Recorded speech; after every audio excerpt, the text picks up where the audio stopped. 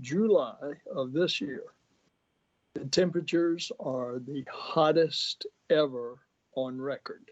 That's the assessment from climate experts and leaders at NASA and NOAA, the National Oceanic and Atmospheric Administration, who said Monday that 2023 could end up being the warmest year since record keeping began in the mid 1800s. The heat may seem like old news to anyone who experienced broiling temperatures last month, but NASA Administrator Bill Nelson said the warming planet was also fueling disasters from flash flooding in Vermont to deadly wildfires in Hawaii. And of course, what we're watching in real time, the disaster that has occurred in Hawaii with the wildfires, which were in part fueled by a typhoon or hurricane that was out in the Pacific.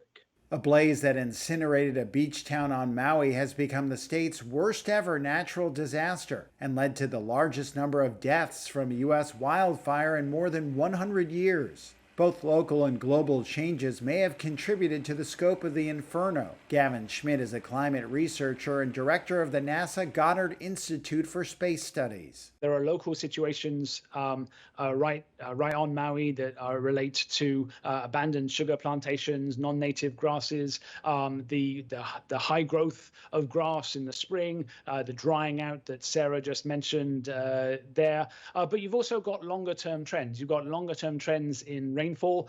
So storm tracks have been moving north with climate change. Hawaii has been getting, in general, less rainfall decade by decade. Researchers say they expect 2024 to be even hotter. And folks, Mother Nature is sending us a message.